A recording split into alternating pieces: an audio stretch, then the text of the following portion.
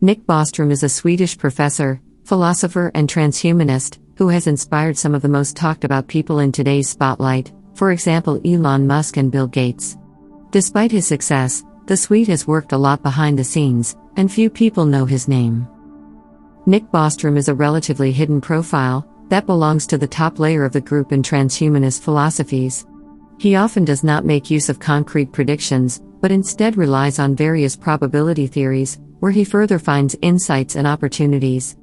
Bostrom has been an outspoken transhumanist since the 1990s, when he joined the movement with a utopian view of the accelerating technology, which it was already known at the time would drastically change social, economic and biological science.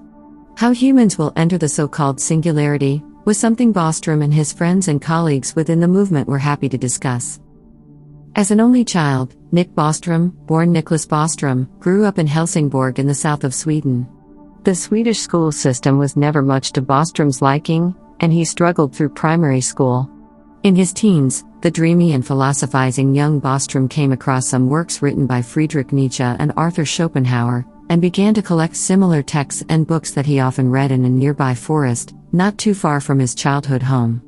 Bostrom has also said that it was here that he himself began to develop his own thoughts about life, and found inspiration to write poetry and philosophy, and that it was also here that he decided that he had wasted far too much time in his early years, and wanted to make something more of his life. Bostrom's curiosity and interest in the deeper questions in life, and how one could live as effectively as possible, increased as he dug deeper into art, literature, and science. Bostrom convinced his parents to finish his last year of high school through home studies, which they finally agreed to, and together with the school they arranged a curriculum, with special tests for their son. Bostrom's choice of home studies resulted in him completing the entire year, which is 2 high school semesters, over the course of only 10 weeks. A few years later, as a PhD student in Stockholm, Bostrom studied the analytical philosopher W. V. Quine's work on the difficult relationship between language and reality. During this time, Bostrom's interest had moved more and more from psychology to mathematics, and further to theoretical physics. The internet began to emerge, and Bostrom realized that the philosophy he had previously been inspired by was becoming outdated, which resulted in him writing a poem in 1995, formulated as a farewell letter to his former self. What Bostrom didn't know at the time was that there was a growing number of people around the world who shared the same thoughts about the transformational change that the internet and its technology brought. Bostrom made himself known in associated circles, and became acquainted with many like-minded people in online discussion groups, administered by an organization in California, which went by the name of the Extropy Institute. The term extropy was coined in 1967, and is used to describe the ability of life to reverse the distribution of entropy over time and space. Extropianism is a libertarian strain of transhumanism that seeks to direct strange evolution in hopes of eliminating disease, suffering, and death.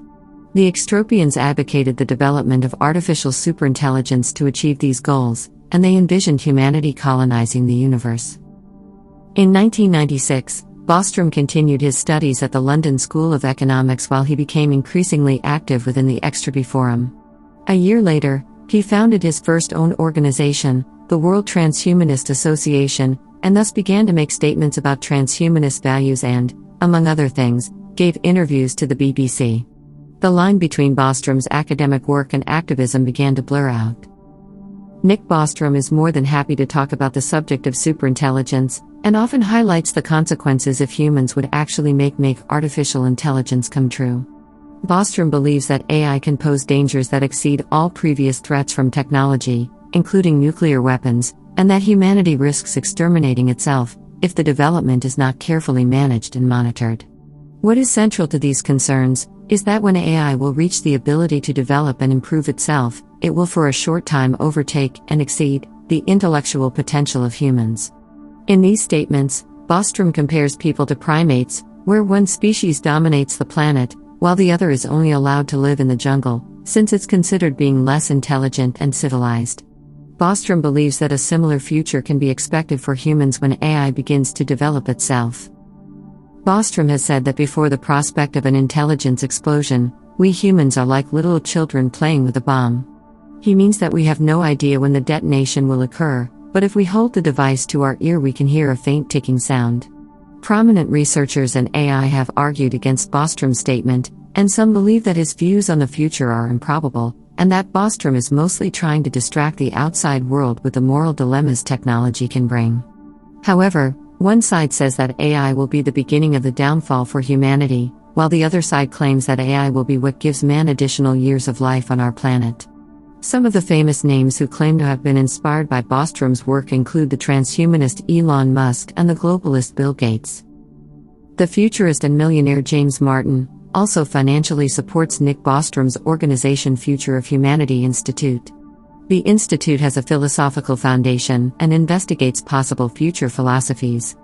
Among the scholarships awarded are studies of a dark fire scenario, a cosmic event that could occur under certain high-energy conditions that would mutate everyday matter into dark matter, which could further erase most of what we call the universe.